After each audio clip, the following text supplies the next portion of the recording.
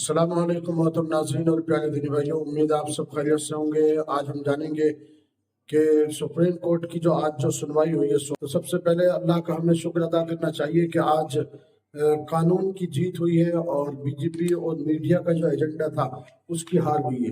क्योंकि जिस बिल को सरकार ने राज्यसभा लोकसभा से पास कराया चालाकी के साथ और एक प्रोपेगेंडा और एजेंडे के साथ, और मीडिया ने और पूरी बीजेपी सरकार ने पूरी दुनिया पूरे हिंदुस्तान में उसका खूब प्रचार किया कि ये मुसलमानों के लिए है और ये फ़ायदा है और इससे महिलाओं का फ़ायदा है, इससे ये फ़ायदा है।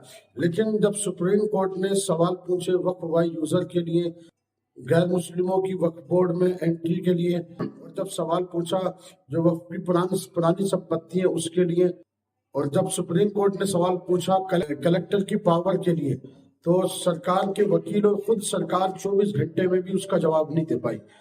यही वजह है कि जो सरकार कानून बनाती है, जैसे पिछले किसान कानून बनाया, CAA कानून बनाया, और एक इलेक्ट्रोल बॉन्ड का एक कानून बनाया था, वो भी जो है असंवैधानिक था। इसी तरह से ये भी फंडामेंटल राइट्स के खिलाफ और कॉन्स्टिट्यूशन के खिलाफ ये बिल लाई, और इसमें सरकार पूरी तरह से नाकामयाब रही। आज की इस वीडियो में हम जानेंगे कि आज की सुनवाई में सुप्रीम कोर्ट में क्या हुआ। तो जिसके चंद पॉइंट्स थे जिसको मैं लिखा है उसको मैं जिक्र कर रहा हूँ। सबसे पहले सुप्रीम कोर्ट ने कहा है कि 1995 के एक्ट के तहत जो वक्फ संपत्ति रजिस्टर्ड है और जिनका डाटा मौजूद है, उस पर सरकार न ही जांच करेगी और न ही उन संपत्तियों को रिजेक्ट करेगी।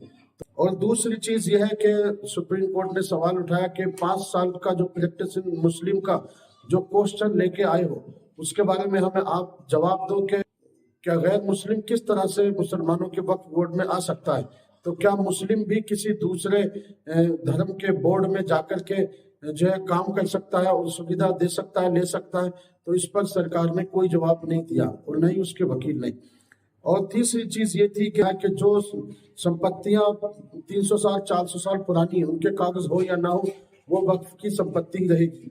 लेकिन सरकार का खेल क्या था और गुमराह कर रही थी सरकार कि कलेक्टर को सारी पावर देने के बाद वो हर चीज की संपत्ति की जांच कराती, और जो सरकार का आदमी कहता यानी कलेक्टर कहता वो वक्फ की संपत्ति, अगर उस संपत्ति का ऑर्डर अगर कलेक्टर कहता कि ये सरकार की संपत्ति है, वो सरकार को दी जाती है। कोई और दावा करता तो कलेक्टर के आदेश से वो वक्फ की संपत्ति दूसरे को दे दी जाती। लेकिन सुप्रीम कोर्ट ने इसको भी जो है नकार दिया कि सिर्फ कलेक्टर जो है किसी भी संपत्ति की जांच कर सकता है, ऑर्डर नहीं दे सकता। ऑर्डर का जो हक है वो कोर्ट के पास रहेगा, जबकि बीजेपी ये सारी पावर जो है कलेक्टर को दे रही थी। तो इसमें भी बीजेपी नाकामयाब रही और पूरा एजेंडा इसका फेल हो गया। और चौथा पॉइंट ये है कि जैसे जामा मस्जिद है और भी बहुत सारी पुरानी संपत्तियां हैं जिन वक्फ बोर्ड की जिनके कागज नहीं है, वो देश के आजाद होने से पहले से ही बनी हुई है। सुप्रीम कोर्ट ने कहा है कि उनको डिनोटिफाइड नहीं किया जा सकता। तो इस तरह से वक्फ वाई यूजर के सुप्रीम कोर्ट ने फिर सरकार के वकील से ये पूछा कि वक्फ वाई यूजर को तुम क्यों हटाना चाहते हो, जबकि वक्फ वाई यूजर जो 150 साल से चला आ रहा है, क्योंकि मैन वही है ऑर्डर वक्फ वाई यूजर का, तो आप उसको क्यों खत्म करना चाहते हैं।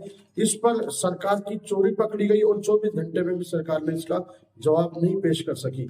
तो साथियों, इस तरह से ये चीजें समझने की जरूरत है कि जो दुनिया को या कोर्ट या संसद में जो समझाने की कोशिश कर रहे थे, जब कानून के दाव पेच में आकर के फंसे तो दूध का दूध और पानी का पानी हो गया।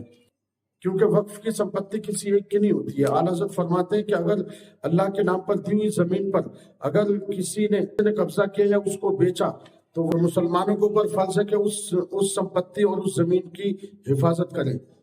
लेकिन आपने ये देखा होगा कि कपिल सिब्बल जी और एक दूसरे वकील और हैं, उनको हमें उनका शुक्रिया अदा करना चाहिए कि जिन्होंने लोकसभा से राज्यसभा से लेकर सुप्रीम कोर्ट में इस चीज को साबित किया। क्योंकि किरण रिजिजू जी यानी हमारी जो फाइनेंस मिनिस्टर है निर्मला सीतारमन जी, उन्होंने ये कहा था कि वक्फ बोर्ड जो है ये एक ट्रस्ट है, जबकि वक्फ बोर्ड एक ट्रस्ट नहीं है बल्कि ये अल्लाह के नाम पे दान की हुई जमीन है। और वक्फ का मतलब होता है कि वक्फ को बेचा नहीं जा सकता। उन्होंने ये कहा था कि ये ट्रस्ट है, तो इसमें फर्क यही है कि ट्रस्ट की जमीन को बेचा जा सकता है, लेकिन कपिल सिब्बल जी ने कहा था कि वक्फ की जमीन को बेचा नहीं जा सकता। ये फर्क है। तो आप अंदाजा लगा लें कि मंत्री को اور جو فائنینس منسٹر ہیں ان کو بھی وقف بورڈ اور ٹرسٹ کی اگر ڈیفینیشن یاد نہیں ہے تو وہ قوم کے ساتھ کیا انصاف کریں گے.